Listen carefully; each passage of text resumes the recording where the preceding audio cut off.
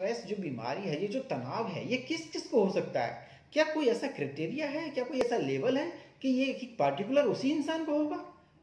नहीं, इसका जेंटलमैन कोई क्राइटेरिया नहीं है। ये कभी भी किसी को भी हो सकता है। ये किसी भी बुजुर्ग को हो सकता है, किसी भी जवान को हो सकता है। ये किसी भी अनपढ़ को हो सकता है, किसी भी पढ़े लिखे को हो सकता है। ये किसी भी लड़की को हो सकता है, ये किसी भी औरत को हो सकता है, ये किसी भी इंसान आदमी को हो सकता है। ये बेरोजगार को भी हो सकता है, ये अच्छे एम्प्लॉयड को भी हो सकता है, ये अनएजुकेटेड और एजुकेटेड किसी को भी हो सकता है। यानी कि कहने का मतलब मेरा ये है कि इस स्ट्रेस का कोई क्राइटेरिया नहीं है, ये कभी भी कहीं पर भी पैदा हो सकता है। अब होता क्या है, physical complaints without detectable diseases.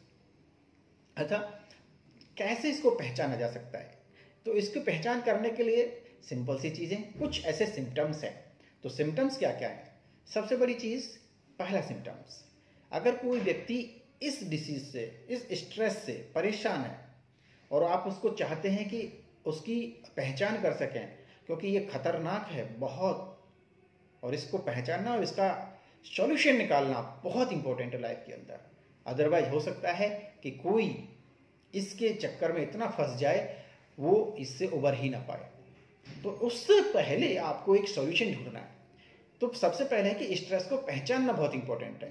तो पहले उस पहचानने के लिए सबसे पहला मेन कारण इरिटेबिलिटी, यानी कि जो व्यक्ति जिसको जो स्ट्रेस से गुजर रहा है उसको चिड़चिड़ापन होता है किसी भी चीज़ को लेकर, छोटी छोटी चीज़ों को लेकर। बच्चों ने कुछ बोल दिया, कोई कुछ मांग लिया, या बच्चों ने कोई चीज़ बोल दी, या किसी और ने कोई बात बोल दी, तो आपको चिड़चिड़ापन हो गया, आपको गुस्सा आ गया।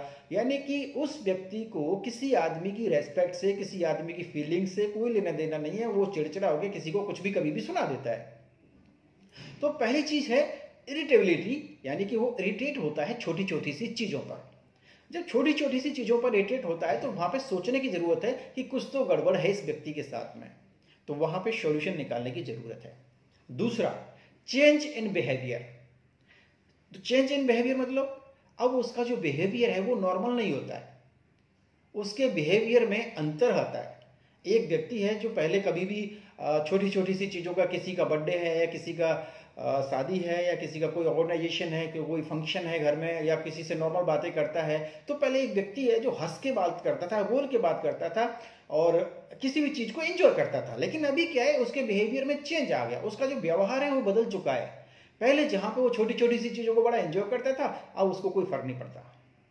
वो कहीं से निकल रहा है, पहले चाचा राम राम बोल के जाता था, लेकिन अब चाचा वाचा से किसी को उसको कोई मतलब नहीं है, वो बस सीधा जा रहा है, वो अपनी दुनिया में मस्त है, उसको कुछ नहीं पता, कुछ नहीं लेना देना किसी से।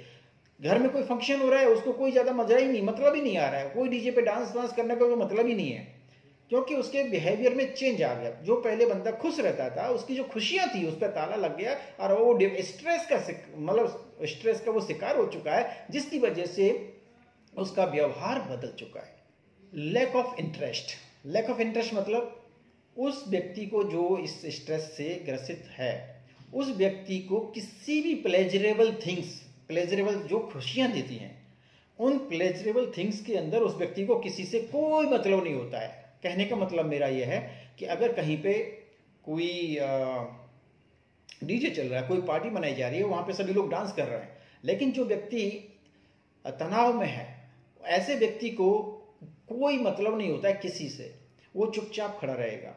कोई बोलेगा आजा चल एंजॉय करते हैं, चल यार डांस करते हैं, चल या कोई मूवी देखने चलते हैं, या कोई मतलब उसको जो जैसे पहले वो व्यक्ति व्यवहार करता था अपना, जैसे वो पहले व्यक्ति छोटी छोटी चीज़ों में खुशियाँ ढूंढता था, अब उसको खुशियों से कोई मतलब नहीं रह गया है। उसका जो इंटरेस्ट है किसी भी चीज़ में वो ख़त्म हो चुका है। अब उसको कोई मतलब नहीं है अपने इंटरटेनमेंट से, अपने फैमिली से, अपने फ्रेंड से, वो ज़्यादा लेना देना नहीं रख रहा है। अब उसको एक ही चीज़ नज़र आती है कि मेरा जो मैक्सिमम टाइम है वो मैं अकेले में गुजारूं। वो अकेले रहना चाहता है, और अब उसको एकांत पसंद है।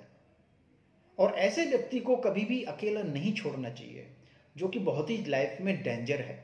अगर कोई व्यक्ति स्ट्रेस से गुजर रहा है और उसको स्ट्रेस प्रॉब्लम है, तनाव में है वो व्यक्ति, तो उसको कभी भी अकेला ना छोड़ें, क्योंकि वो अकेले में ही डिप्रेशन में जाकर वो बड़े मतलब बहुत ही गलत कदम भी उठा सकता है। और उसके बाद एक कारण और बनता है जिसको मैं बोलता हूँ मेमोरी डिस्टरबेंस।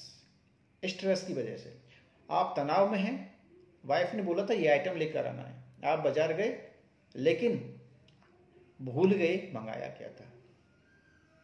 कोई काम था, कोई बात थी, कोई इंपॉर्टेंट मैसेज था, किसी को देना था, आप भूल गए बोला क्या था।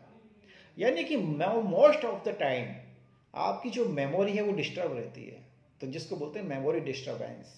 आपको भूलने की बहुत ज़्यादा अगर आदत लग चुकी है, आपको कोई चीज़ याद नहीं रहती है, तो सोचने की ज़रूरत है कि कहीं आप तनाव का शिकार तो नहीं है। अगर ऐसा है तो अब आपको इसका सॉल्यूशन चाहिए। इस जो समस्या है, इसके जो मैंने कारण बताए, इन कारणों का समाधान चाहिए। तो दोस्तों, अगर आपको इन सभी चीज़ों का समाधान चाहिए तो वो आपको मिलेगा मेरी अगली वीडियो में। तब तक के लिए नमस्कार।